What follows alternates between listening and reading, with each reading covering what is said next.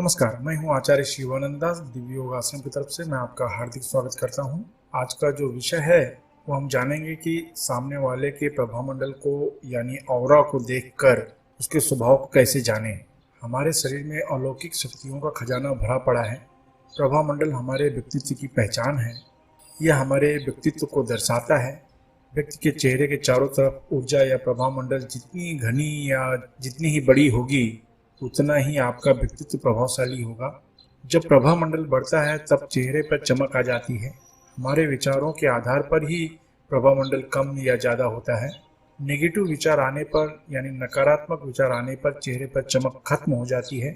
चेहरा बीमार सा नजर आता है। प्रभामंडल को 3 भागों में बांटा गया है। पहला सामान्य प्रभामंडल, दूसरा दिव्य प्रभामंडल, तीसरा ब्रह्म प्रभामंडल। सामान्य व्यक्तियों में प्रभामंडल 3 से 5 इंच के बीच होता है। ऐसे व्यक्तियों को हम स्वस्थ कह सकते हैं। दिव्य प्रभामंडल 6 से 12 इंच के बीच का होता है। ऐसे लोग आध्यात्मिक क्षेत्र से जुड़े हुए हो सकते हैं। किसी भी किस्म का आध्यात्मिक उपचार करने वाले जैसे recce, pranic healing, tarot reading वाले भी हो सकते हैं। तीसरा जो ब्रह्म प्रभामंडल है वह 13 से 18 इंच के बीच का माना जाता है। यह प्रभामंडल देवी देवताओं का प्रभामंडल माना जाता है। मैंने अपनी ज़िंदगी में किसी भी व्यक्ति का प्रभामंडल 12 से 18 इंच के बीच में नहीं देखा। अपने भारत देश में बहुत से लोग हैं जो अपने आप को भगवान की श्रेणी में रखते हैं। जब मैं इन लोगों का प्रभामंडल देखता हूं तो यह प्रभामंडल 3 से 6 इंच के बीच का नज़र आता है। यहाँ तक कि कुछ लोगों का प्रभामंडल सामान्य प्रभामंडल जैसा ही यानी 3 से 5 इंच के बीच में होता है। इसका अर्थ यह हुआ कि इनके अंदर क्षमता कुछ भी नहीं है, सिर्फ दिखावा कर रहे हैं। आप स्वयं अपना प्रभामंडल देख सकते हैं और अपनी क्षमता को पहचान सकते हैं। आप अपने सामने वाले व्यक्ति को देखकर उसकी क्षमता को भी पहचान सकते हैं।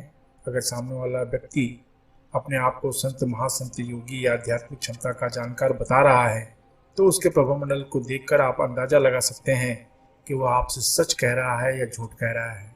प्रभामंडल को बढ़ाने के लिए कुछ विधि और कुछ नियम हैं, जैसे कि हमेशा सकारात्मक विचार करें यानी नेगेटिव विचार न करें। रोज ध्यान प्राणायाम का अभ्यास करें। लोगों के बारे में बुरा सोचने की जगह अपने परिवार की उन्नति के बारे में सोचें। अगर आप योग, ध्यान, प्राणायाम, कुंडलिनी या त्राटक का अभ्यास कर रहे हैं तो उसे नियमित रखें। दिन में 5 मिनट आध्यात्मिक किताबें अवश्य पढ़ें। स्त्रियों के लिए यह प्रभामंडल का अभ्यास बहुत ही ज़्यादा लाभकारक है। अब जानें हम अपना प्रभामंडल कैसे देख सकते हैं। एक शांत कमरे का चुनाव करें। अपने मोबाइल या दरवाजे की घंटी को बंद कर दें। ढीले ढाले वस्त्र पहनें। कमरे में रोशनी कम रखें। अपने सामने ऐसी अलमारी का चुनाव करें जिसमें लंबा शीशा लगा हो और उसमें आपका आधे से ज़्यादा शरीर नज़र आ रहा हो। अब आप शीशे के सामने खड़े हो जाएं और अपने बालों के आसपास ध्यान केंद्रित करें। कुछ देर बाद आपको धुंधली सी रोशनी बालों के आसपास नजर आने लगेगी। यह अभ्यास सिर्फ 5 मिनट तक ही करना है। यह अभ्यास आप शाम को भी कर सकते हैं यानी सुबह शाम भी कर सकते हैं। यह अभ्यास आपको 10-15 दिन तक नियमित करना है। सिर्फ इतना ही कि शीशे के सामने खड़े हो जाएं और अपने बालों के किनारे की तरफ ध्यान केंद्रित करें तो आपको वहाँ रोशनी नजर आने लगेगी। 10-15 दिन के अभ्यास में आप देखेंगे कि जैसे ही आप ध्यान लगाते हैं उस जगह पर बहुत तेजी से रोशनी दिखाई पड़नी शुरू हो जाती है। आप स्वयं के ऊपर भी यह अनुभव कर सकते हैं। जब आप चिंता या तनाव में रहते हैं तो आपका प्रभामंडल कमजोर दिखाई देगा या बहुत ही हल्का दिखाई देगा। अगर आप बहुत ही अच्छे मूड में हैं तो प्रभामंडल बहुत ही चमकीला दिखाई पड़ेगा। यहाँ पर आप अपनी क्षमताओं को भी देख सकते हैं। अगर आप आध्यात्मिक क्षेत्र में अभ्यास कर रहे हैं तो आप देखेंगे कि आपका प्रभामंडल 5 इंच से बड़ा दिखाई देना शुरू हो जाएगा। जैसे जैसे आपका अभ्यास बढ़ना शुरू हो जाएगा वैसे वैसे प्रभामंडल का दायरा भी बढ़ना शुरू हो जाएगा। अगर आप किसी को गुरु बनाने जा रहे हैं तो सबसे पहले उसका प्रभामंडल जरूर देख लें। अगर आपके प्रभामंडल से उसका प्रभामंडल ज़्यादा बड़ा व चमकीला है तो ही आपको उसे अपना गुरु बनाना चाहिए। प्रभामंडल से लाभ क्या क्या मिलते हैं। आपसे बात करते समय सामने वाले व्यक्ति का प्रभामंडल हल्का दिखाई दे रहा है तो आप समझ लीजिए कि वह व्यक्ति बीमार वाली अवस्था में है। आपसे बात करते समय सामने वाले व्यक्ति का प्रभामंडल की चमक कम या कभी ज़्यादा नज़र आ रही है तो आप समझ जाएं कि सामने वाला व्यक्ति आपसे झूठ बोल रहा है। आपसे बात करते समय सामने वाले व्यक्ति का प्रभामंडल की चमक कभी कम या कभी ज़्यादा होने के साथ साथ गले के आसपास हल्का कालापन नज़र आ रहा है तो आप समझ जाएं कि सामने वाला व्यक्ति आपसे झूठ बोलने के साथ आपको फंसाने की चाल भी चल रहा है। ऐसे अनेकों प्रिडिक्शन हैं, लेकिन यह मैं उसके आगे फिर कभी बताऊंगा। लेकिन इतना ही अभ्यास आप अगर कर लेते हैं तो इससे आपको अत्यधिक लाभ मिल जाएगा। इसके अलावा प्रभामंडल में अलग अलग रंग भी दिखाई देते हैं जिसका अलग अलग अर्थ होता है। इसे आप ऑरा रीडिंग कोर्स में सीख सकते हैं।